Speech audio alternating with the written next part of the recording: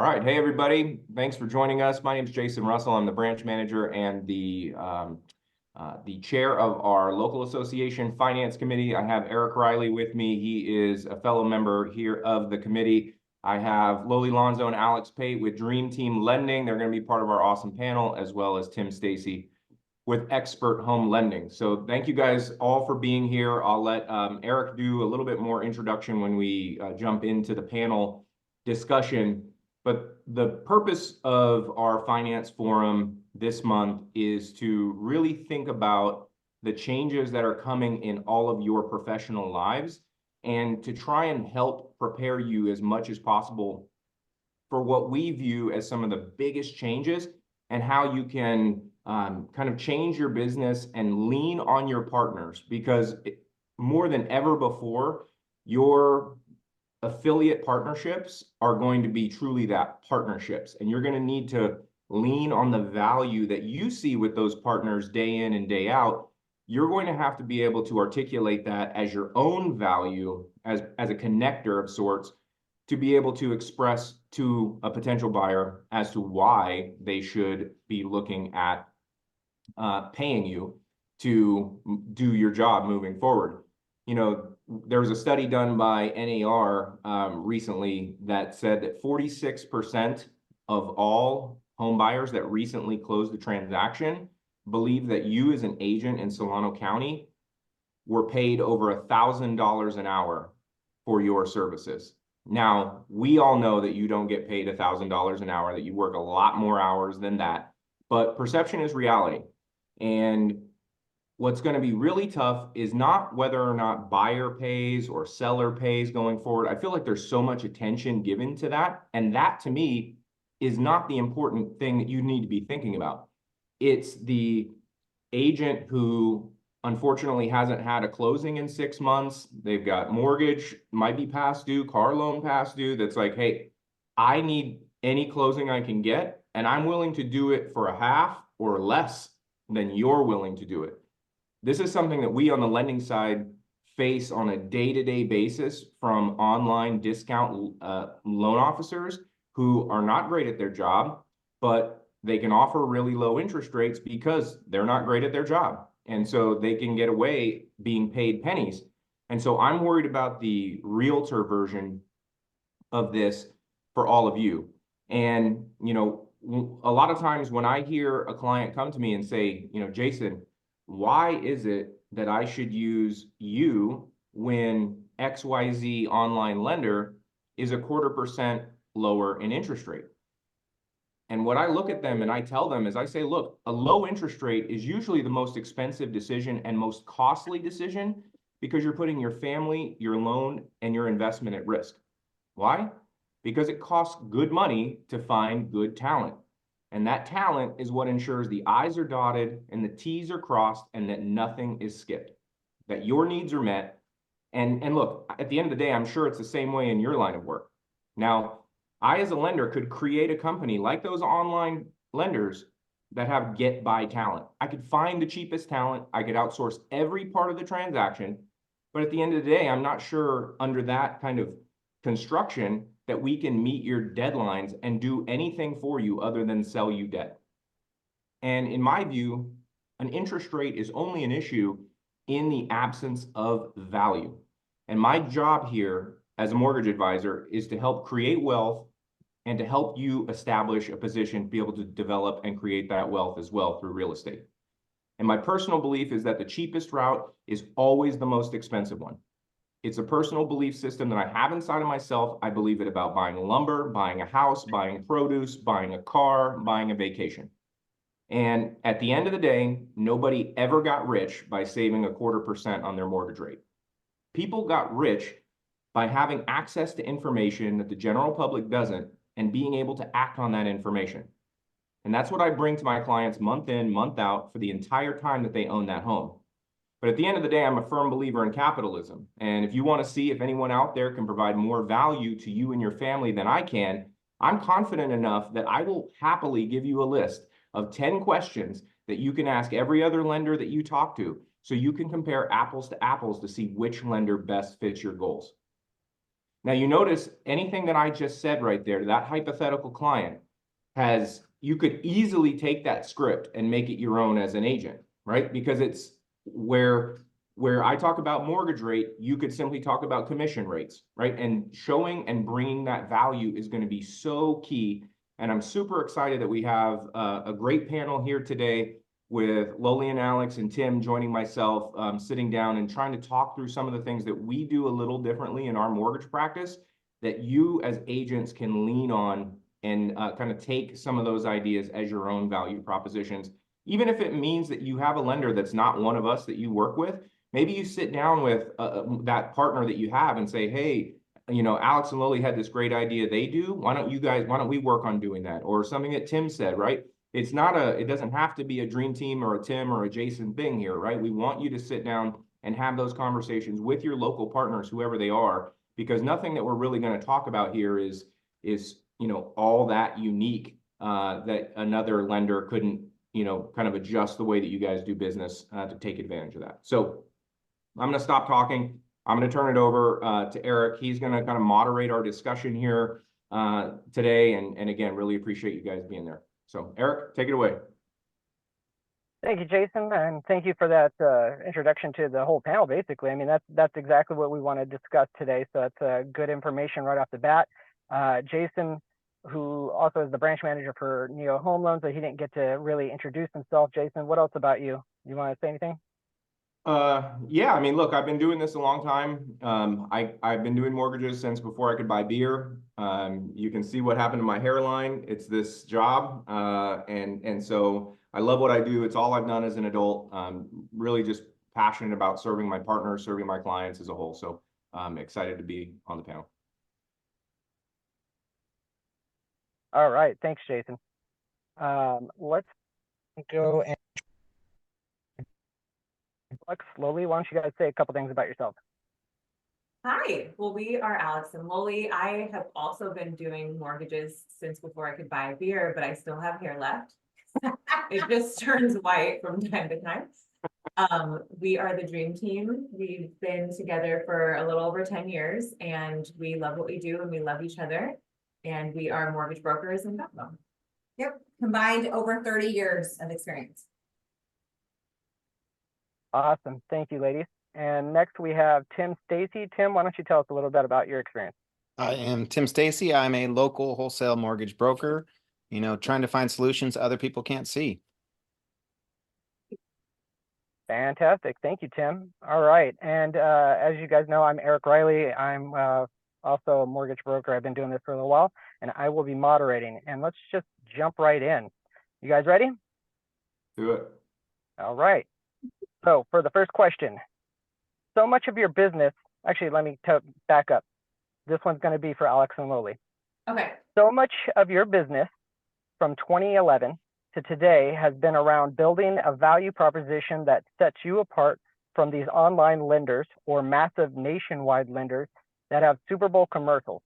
I'd like to ask about some of the things you've done in your business that an agent could use as their own value proposition when looking for ways to set themselves apart from the inevitable, man, I can't talk today, lower cost competition that will pop up over the coming months and years. Specifically, let's start with ways that borrowers are educated about the markets, the numbers, those kinds of things, and how can a lender partner add to the experience so that an agent can ride shotgun on that value? Okay, I'm going to take that one. So we have a couple of different things that we've implemented in our business. Obviously, we sell ourselves as a 2-for-1 deal. We always start with a personalized client meeting. So we like to do an initial phone call, get all of their basic information, and then we always offer them to come in and sit in person with us to really go over numbers and help them understand the different loan options, what they're committing to before they go out and fall in love with the house, because we do believe that you should be comfortable with your mortgage payment before you go and fall in love with the house. So we definitely do that. And then we are in constant communication with our clients. We make sure that they know that we are always available. Text us, call us. That's the perk of using someone local, so that if there is a property they're interested in, out on the weekend, they can text us the address. We'll pull up the exact property tax bill, tell them what rates are doing as of Friday, obviously. But make sure that they know if I decide to offer on this weekend, this is what my estimated payment is. From that point, we also obviously put them into our CRM. Now, our CRM, we always co-brand our client with whoever their agent is. And so that being said, every time they get a text from us, it looks like it's coming from us and our realtor partner. So we always do market updates once a week. So they are getting that information co-branded with the agent that they're working with. We do Friday check-ins. That's another thing that we've implemented. So with all of our pre-approved buyers, we check in, hey, was there anything you were interested in this week? What's going on? Have they cooled down? You know, that kind of thing. We also check in obviously with clients in progress, let them know before the weekend, this is where we're at in underwriting. This is what the appraisal is doing, whatever situation we're in. Post-closing monitoring and follow-ups, we always make sure like 30 days after we've closed, we just check in. Hey, did you get anything funky in the mail? Do you have any questions for us? Did you get, you know, a letter for your new servicer? And then we also just make sure that we flagged them, especially in this market, for refinance opportunities. We always emphasize throughout the process the importance of financial planning, especially after you have a home. And we do lunch and learns that we host with our personal financial advisors, with our past clients or any new clients. We actually just had one recently with one of our agents, and there were about 12 people in the room, and help them understand the difference between the different kinds of trusts that there are, different things that they need to think about.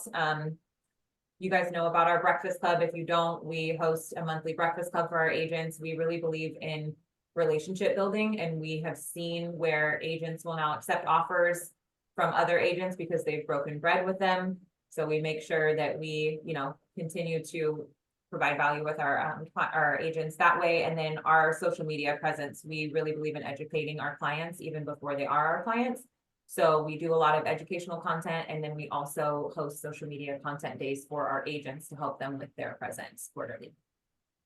And that's all I got. Oh, that's a lot. I mean, that seems like you guys do bring quite a bit of value. Could you elaborate a little bit more on the co-branding that you do with your partners? Like how exactly are you co-branding? Are they having to come up with any of the information, or do you just do it yourself? Oh, no, so we do it. So they don't have to do anything as far as the CRM goes, is I'm assuming what you're saying? Yeah, so we Yeah, have a yeah. CRM system. Once we get the client, we just co-brand it. We put in there their picture, their logo, their contact information. We use the same system to make any of our open house flyers. So we just put it in there, and then we send them drips. So if it's a holiday and it's a big video that says Happy Valentine's Day, it looks like it came from Loli and Alex and XYZ Realtor. If it's the market update, like I mentioned, anything that is sent out, it's co-branded with that agent. So we've even in the past, funny note, we've asked people to vote for us for best mortgage company, but the agent's picture was in the corner, and one of our agents has continuously won best realtor because the clients are getting it with her picture on it as And well. they're voting for And it her. looks like they're voting for her as well, so. I'd be very embarrassed if they somehow passed me as the better mortgage broker and they're a realtor. So they didn't go rabbit hole. Yeah, that's great. That's a lot of great information. Really appreciate that. Let's go ahead and go to Tim. Tim, let's go with that same question. Do you need me to repeat the whole question, or you got it? No, I got it here, Eric, and thanks for the question. Alex Lowley, that was amazing. So ever since these push button get mortgage online lenders are flooding our market, my approach has been more about building a value proposition that's always centered around education and more of a personalized, tailored service, right?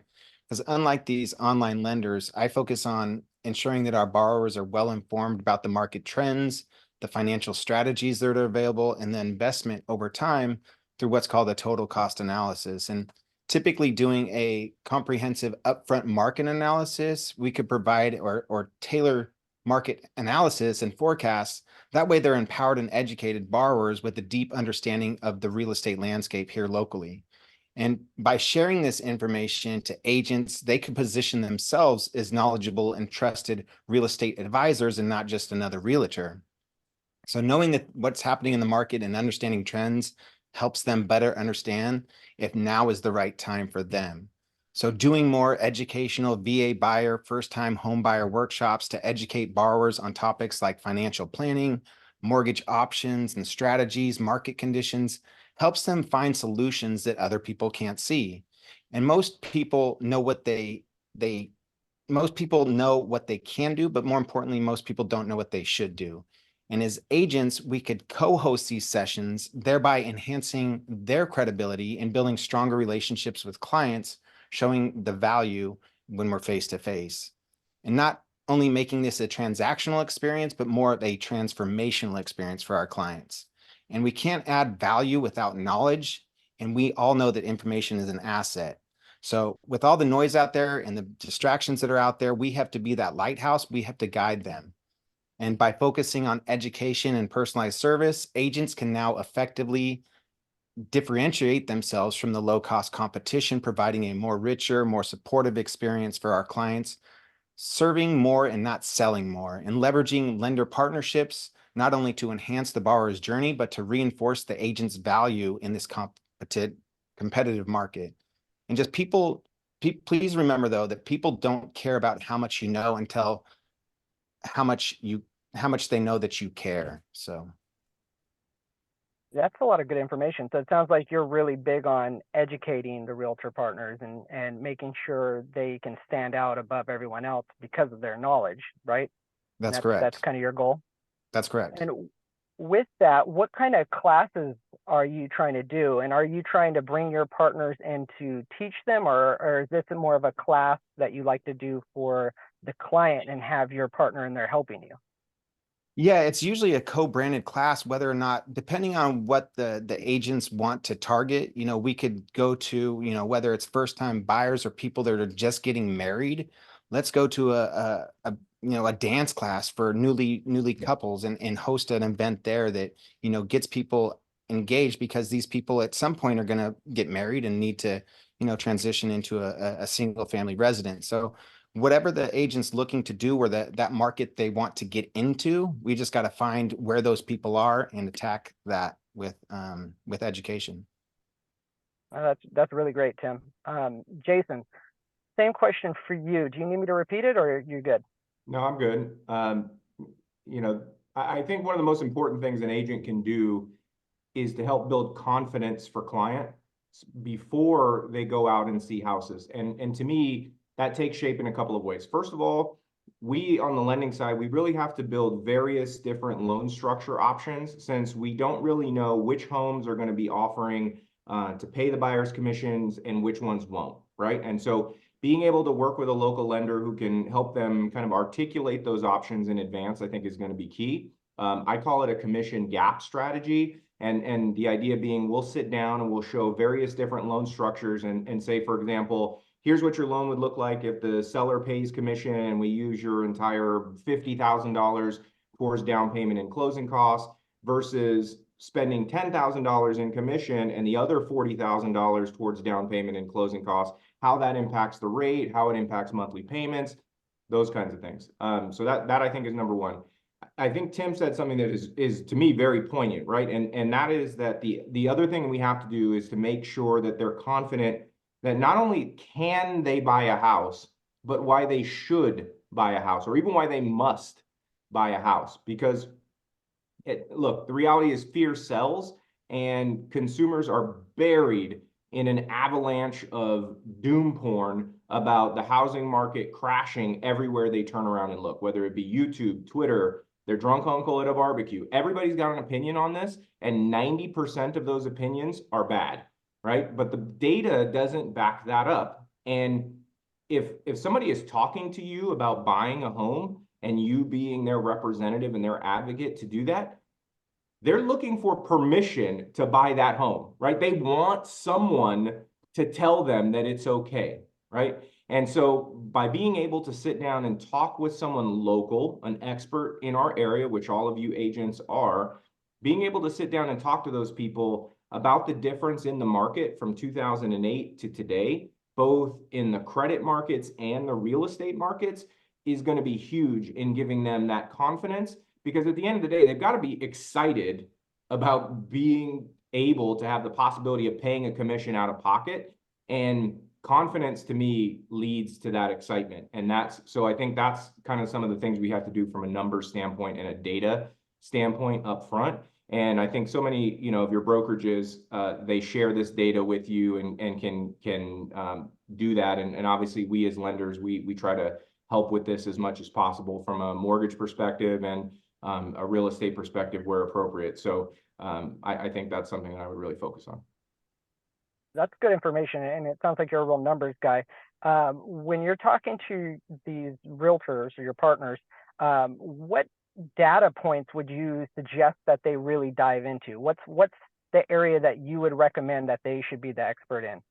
Yeah, I mean, I think for them, I think it's just being able to truly articulate supply and demand in real estate, because at the end of the day, like the mortgage side, we don't expect you guys to know how to qualify someone on a mortgage. So maybe you feel like you'd get out over your skis talking about interest rates and what happens to rates during recessions and the 10-year bond yields and all the nerdy stuff that we all talk about when we talk to you about rates.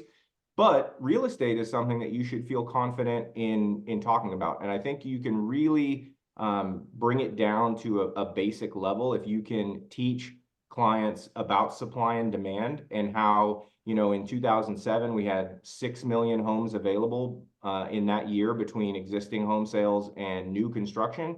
And now we have less than half of that. And so the market being completely different, right? It feels the same because people feel like they're paying too much and it feels like prices have to come down, but the data doesn't suggest that. And I think agents can come up with a nice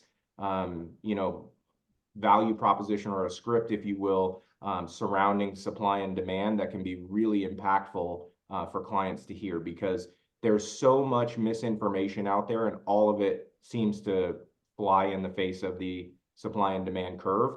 And you don't need to be an economics expert to talk through the basics of that with a client. That's great. Yeah, I was about to say the same thing. So you don't have to be an economy major. You just have to know, if somebody wants something, do we have enough of it to give them? I think the best grade I ever got in a math class was like a B minus. So if I can make it this far, anybody in this room can do the same thing. All right, thanks, Jason. All right, moving on to the next question, and we'll go ahead and start with Tim on this one. Tim, what about from a marketing or tech perspective? Gosh, I feel like technology is ever more important, and knowing your customer is even more important, because again, we need to learn to serve more and not sell more. And that's a better strategy going in. So using tools like Sales Boomerang to alert you when this client has pulled their credit, when they reached a certain LTV, that they can now pull that money out to potentially purchase an investment property or pay off some high balance credit cards, helps be in front of them at that right time and being that, being that guide. Also providing tools like House Happy, which is like a personalized concierge level service that helps them proactively maintain their home, not just being reactive, while understanding their current house's value. And tools like these help stay top of mind while adding value. Also being informed that if clients ever needed those services, like if they needed an electrician, they're doing a kitchen remodel, a bathroom remodel, you would be the first to know. And that would be a great touching point to reach back out to them and say, hey, look, it looks like you're, looking for a kitchen remodel. What's going on? Are you looking to move? Are you looking to sell? So these technologies, are always available. There's another service called Updater that we like to help make clients stress-free moving, because everyone knows moving is a stressful experience. So this is a way for them to transition from one place to another, taking a lot of that stress off the plate for them. You could be that resource that comes, and we want our clients to be a successful homeowner and not just another homeowner. So our tools that we have, we could show them, our rent versus owning comparison, our cost versus waiting, showing them what it would look like if they waited another 1 year, 2 years, 5 years, 10 years, and showing them that what that looks like using the tools that we have access to. Should I buy points? Should I not buy points? What's the difference between a 2-1 buy down or a permanent buy down? Which one's best for me and which one serves them and their goals? So I like giving my clients options, showing them through, like Jason was talking about, that commission gap strategy, that, what happens if that seller does not want to pay that co-op, is that all going to be on me? So showing them, if the buyer the listing agent doesn't want to pay that co-op and we could change the loan to value going from 10% to 7%. We could go over asking price and giving them that confidence that they feel comfortable that their payments aren't going to change much and their cash to close isn't going to change much. So making them informed, educated is, again, the way I stand. And you know, what happens if we went over asking price? What does that look like? What does our cash to close look like? And what does that look like out of pocket? So yeah, that's about all. That's good and good information. Are you gonna make your realtors call you Mr. Stacy for all the classes you do, or how are you gonna do that? Lender Tim. Yeah, Lender Tim. Oh, we'll just go with Lender Tim. So with your marketing and your tech stuff that you're talking about, do you hold classes on just the tech? I mean, it sounds like you have a lot of programs available and out there. I mean, how are you sharing them and teaching others how to use them? Well, that's the challenge I find is that the tech is available, whether, you know, Jason, Alex, Lowly, yourself has that tech. It's just who's going to apply it and who's going to use it, who's going to teach it and show them how to use it. Because, you know, what I find is if given these tools and these tech to the clients and they're not familiar with how to use it or how to successfully use it, you know, what's the point of it? You know, knowledge isn't power. It's the application of the knowledge is important. So how are you going to apply this and make yourself better? Oh, that's good. I like that. I'm gonna have to write that one down. All right. So It's recorded. moving on to, that's true. Thanks, Tim. Appreciate that. I won't have to write it down now. So now for the dream team, we're gonna go with the same question. What about from a marketing or tech perspective? So we love social media. Obviously we kind of touched on that. We do our social media classes for our agents. But we believe in putting that information out. And so if I was an agent right now in this market, I would be trying to show them what I do in a day. I would be on my stories showing everything I'm doing, whether that's I'm at an inspection, whether I'm, you know, crawling under a crawl space, whatever it is I'm doing, I would be highlighting it. I would have a CRM set up. If you don't already have one, I would be spending so much time entering all of my past clients, all of my raving fans, and I would be getting ahead of this information. I think that I would be using that to send out an email blast to tell them what's going on, what to expect. I also would be asking for testimonials because I do think that a lot of people want to read reviews before they buy a product in general.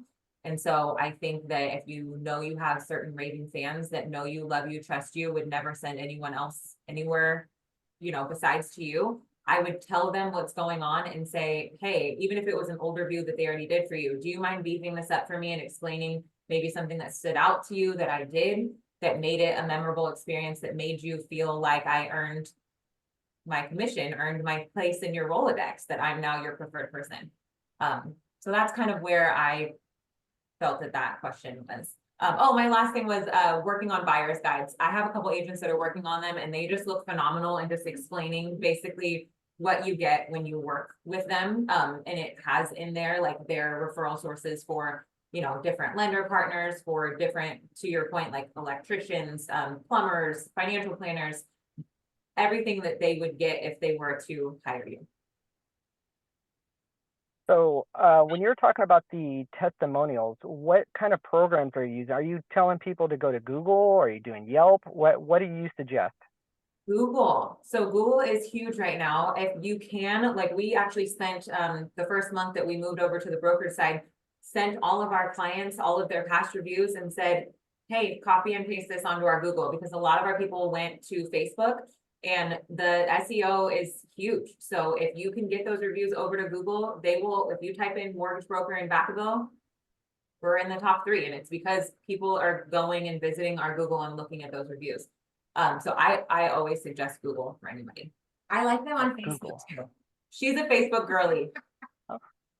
I mean, multiple places is always a good thing, but you're saying Google is the good one, so get off of Ask Jeeves. Got it. Please. Yeah. Please. And I don't really care about Yelp unless it's for food, to be honest with you. That's fair. Do you guys like, sorry, if I'm No, asking good. a question of Alex and Lily, but like from just thinking about like how to make it easy for clients to review them, right? So do you like, what is your suggestion if an agent says, hey, we closed the transaction, you're super happy. Like, are you guys saying, hey, you know, type out your review, cut, paste, and put it in these 4 places, or, here's our Facebook link, here's our Google link. Like, how do you, what would be a way that agents could kind of easily, and because they have Zillow too, right? Like, so like Right. what would be a thought for them? I think so we used to kind of have them go on different platforms. We still always tell them, hey, if you don't mind, writing us a review, here's our Facebook link, here's our Google link. But I really have directed more people just to Google. But to your point, if you want to have all of those different sources, I just, one blanket email. Thank you so much. We hope you had a great experience. If you don't mind leaving us a review, you can pick one of the platforms. In the past, we used a program called Birdeye, and it would actually blast it to all of the different platforms, which was nice, but we don't use that anymore because we're just focused on Google. So I think it just depends on where people are hoping to have the most reviews, but I like them all into one place. If you can just pick one and stick to it, that's ideal. And most people are only gonna pick one. I want everyone to pick 3 or 2, but most people only leave it in one place. Got it. Google I think, baby. I think something you mentioned though, I think is huge, like, right, is the idea of these template emails, right? Where you don't have to retype that email every closing. You just go cut, paste, change the name at the top, off you go. I think there's time savings that is going to be super important for agents too. So I love that. Yes. That's great. Jason, same question. What about from a marketing or tech perspective? Yeah, I mean, I think Tim kind of talked on some of this just because I think he and I lean towards a lot of the same tech. But the reality is that, you and I, from a lender and an agent perspective, are forgettable. Most of the time, folks are only doing a mortgage transaction once every 4 or 5 years. And according to NAR, they're doing a real estate transaction once every 9 to 10 years, right? So we are easily forgettable to a client. So something like Sales Boomerang that Tim had mentioned, it's kind of a, creepy piece of software. But like, if you think about, what Loli and Alex talked about with social media, the reason Facebook and Instagram and TikTok are free is because your data is worth so much more to them than any fee you would pay to access that service. And so we as lenders, we now have access to a lot of this data, right? When someone dies, when there's a divorce, when someone's shopping around for, looking at different markets. So having access to some of that information, I think, is just really, really key. I mentioned earlier how, according to NAR, in Solano County, buyers think they're paying over $1,000 an hour for your service. And the only way, and look, at the end of the day, perception's reality. And the only way that you can truly be worth $1,000 an hour is by providing a lifetime worth of service and value to them. And so you kind of have to ask yourself, what does that look like? And obviously for everybody, it's going to be different. And because I know a lot of agents they're not touching social media with a 10-foot pole. They don't want to have anything to do with it. Even if you go to Loli and Alex's content day and they record it for you, help you post it. Nope, still don't like it. And so, everybody's going to have a different flavor for what that value looks like. For my partners, I'm a big believer. We send out a monthly real estate wealth digest. So many lenders here locally do the same thing. It's co-branded. It gives them kind of I hate to use this term, but zestimate on their home value. But what I think is really powerful about it, different than different than Zillow, is we counsel our clients to hit the tune button value once every 6 months. And that tune value button sends an email to the agent saying, hey, this client's looking for a CMA. So that just gave you a golden reason to pick the phone up and say, hey, how's it going? You requested a CMA. I did a little digging. I think your house is worth X. They go in, they change the value on their Zestimate to what you gave them, right? And that algorithm gets better and better every month, and it gave you a reason to reach out. So it gives that value. In addition to that, it'll tell you how much it thinks you could rent your home for, how much you could put it on Airbnb for, how you could take advantage of your equity in your property. We have at Neo, we've got a co-branded app that helps them monitor their credit for free. It allows them to budget. It allows them to securely store all of their important financial documents. There's a co-branded tool out there that is called Home Binder. It's kind of like a Carfax for your home. So it sends them maintenance reminders. So, you basically will say, you'll get an email every 6 months saying, hey, make sure you go change your air conditioner filter, make sure you blow out your dryer vent, make sure you change the water line on your washing machine, those kinds of things. So Keeping up on that maintenance, I think, is just such a huge value to clients. They can scan the barcode on all of their appliances, and it will send them recall reminders, things like that on those specific appliances. So again, I think at the end of the day, it's about keeping yourself top of mind so that they feel like they got their money's worth long after they close. And that feeling is what gets you future referrals. And I'll also say, well, this isn't necessarily an upfront value to a client. And Loli and Alex kind of touched on this. I feel like, respectfully, most agents do not take advantage of the CRM system offered to them through their brokerage. And so working with a local lender who has no choice but to be organized and follows up with leads and clients systematically is so important, because so many people are going months and months and months, maybe years out from actually buying. And so staying in front of them until they're ready, I think, is huge. And the last thing I'll mention, and I'll tell you, I have not used this app because it has nothing to do with me, but it was something that I was told is actually offered to agents for free through CAR. It's an app called Raise. So basically, going back to the idea that most of these clients believe you worked less than 15 hours on their transaction. This app Raise basically logs every little thing that you do for them, and it keeps a running track of, this is how many hours I've spent, this is how much money in gas I've spent, this is all the money that I spent in staging, and et cetera, all up front, so that they can, at the end of the transaction, really see what the value you brought was, and it keeps track of it. So again, I've never used it, but I understand it's free through the CAR website, and it's called Raise. So definitely that would be something I'd be looking at. Yeah, that's a lot of good information, something we should check into. If you were to choose one of your marketing things, which one would you suggest for realtors? Yeah, I mean, I think, to me, co-branding with your lender partners on HomeBot is just the easiest, like, biggest bang for your buck. When I open my HomeBot, which is the Real Estate Wealth Digest, and the agent can do the same thing with theirs, and I'll touch on this data point in a minute, but you can see what percentage of people are opening your email, clicking in your email, looking in all the things. And for me, it's over a 75% open rate every single month. There's nothing that I do that gets a 75% open rate or any sort of attention from a client. And so that, I think, is super valuable. And when a realtor partners with a lender on it, the lender pays for it, but the realtor gets to upload their entire database. Whether you did that transaction with me or not, you can put that up through my account.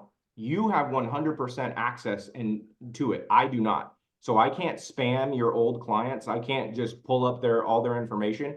It's in a separate portal that belongs to you. And if you ever decide that we're not a great fit anymore, and rightfully so, you want to work with Alex and Loli, like, you just can upload into their account, and boom, you just keep going. And that data is 100% yours. So I think there's I think it's powerful when you retain your database and your data, that you don't have to worry about if something goes sideways with this lender, that they're going to start spamming my customer and pass them on to a different realtor. Awesome, thank you. All right, so for the next question, Jason, since you're already on camera, we'll go ahead and keep going with you. If you were a realtor, what would be the #1 thing that you would be doing right now in preparation for these changes? Aside from, like, arguing on the internet with everyone who says realtors don't do shit, I would probably have to come up with something else. But if I were a realtor, I think the #1 thing I would be doing is I would be tripling down on finding a way to be different than my competition. And I've seen this list that NAR put out with 179 things that a realtor does to earn their commission.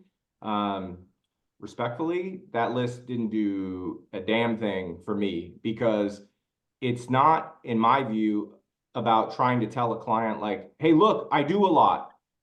To me, it's about telling a client, yeah, I do all that, but so does a guy down the street who just offered to do it for half of what I do. This is what I do differently, and here's why that's worth paying for.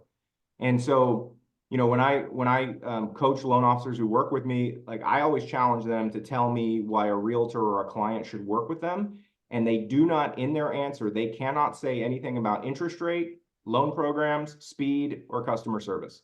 Because those are the things, like if you've had a lender call you and ask you to go to coffee, like we all say the same thing about that. Yes, I have competitive rates. Yes, I can do conventional and FHA and VA and USDA, and I have some jumbo products.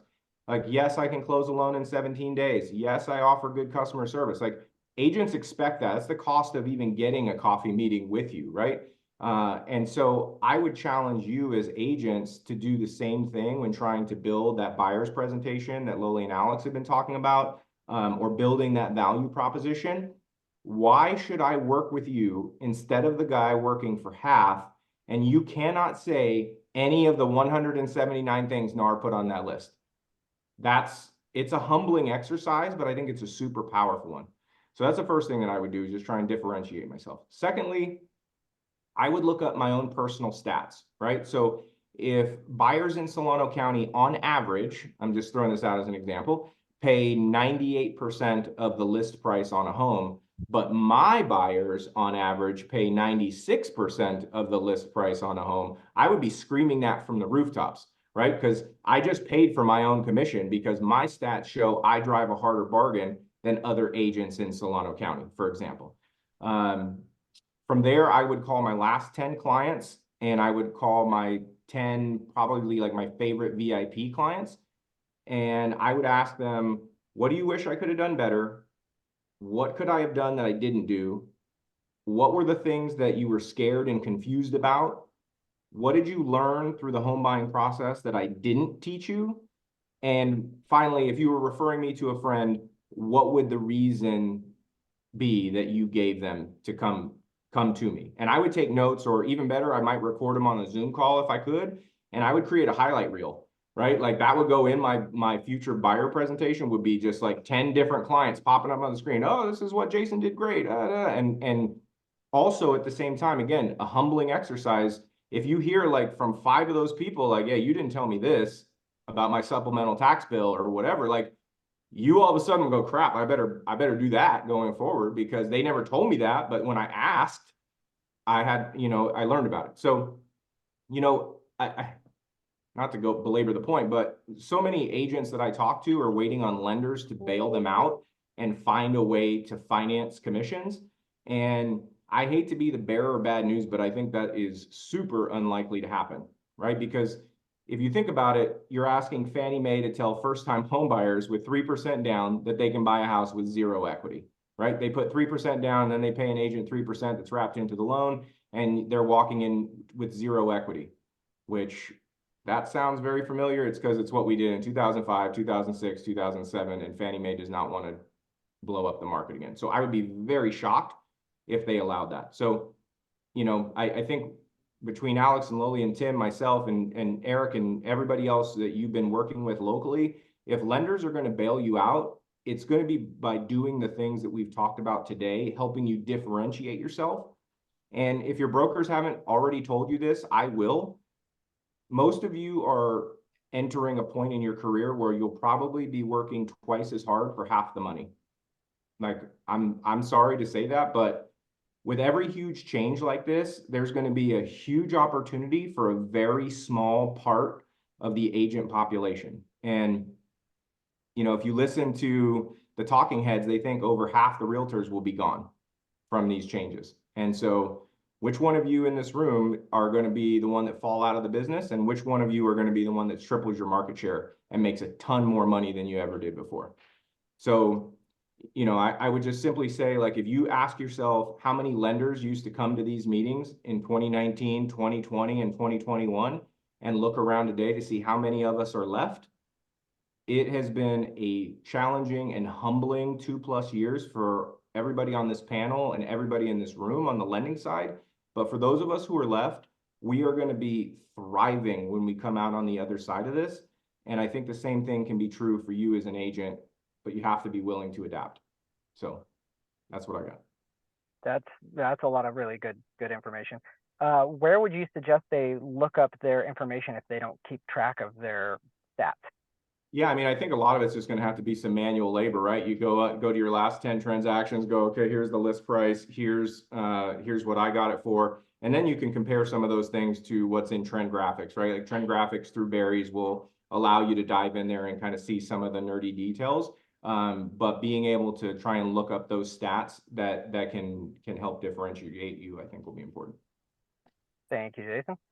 All right, Tim, lender Tim, if you were a realtor, what would be the number one thing you would be doing right now in preparation for these changes?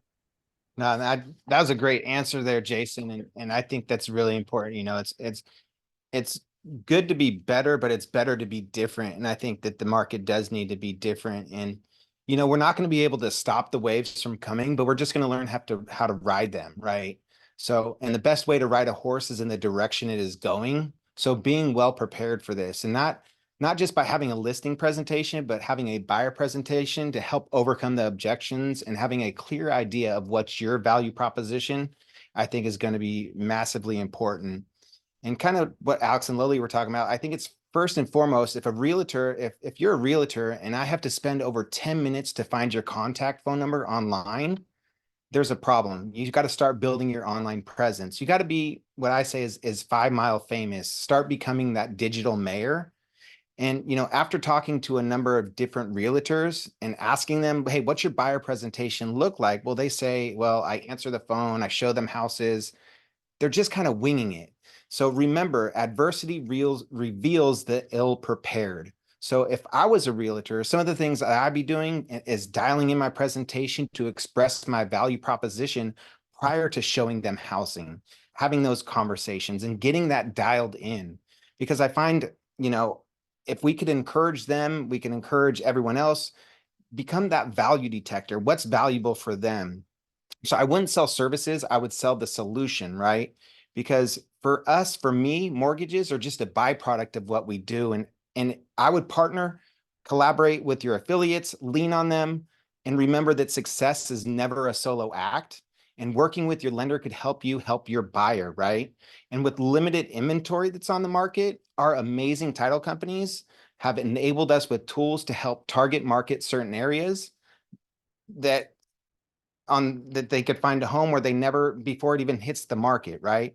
So believe reaching out to the ones that need help, whether it's the people that, you know, are going through a divorce, death, probate, you know, people that need situations where they need to move, you could help them in a time of need while also checking all those boxes for the buyer that's looking for that house in that area. So if I was a realtor, I would listen to with the intent to solve and not to sell. And people love to buy and not be sold. So I want to end it with this quote from my good friend Jocko. It's easier to do what's in life, or it's easy to do what's in life. It's easier to do, wait, it's easier to do what's easy in life, but I'm going to read it word for word. Do what's easy in life and life will be hard. Do what's hard in life and life will be easy. Sounds good. Love that. That's good. That is good. So, you know, get the solution, be the solution, sell the solution. I like it. Right. All right. To add, So sorry to cut you off. Yeah, just since we're Yeah. on Taco, like I think one of the things that he says that I try to live my life by that I think is going to be so huge for agents moving forward is that discipline equals freedom, right? Like, so coming up with those systems and routines that you can build into your day every single day to generate leads and just to build that value proposition, I think is going to be huge. So thank you for dropping Jocko, and I love a good Jocko. All right, Dream Team. So we're going to go with the same question for you guys. If you were a realtor, what would be the first thing you would do to prepare for the changes?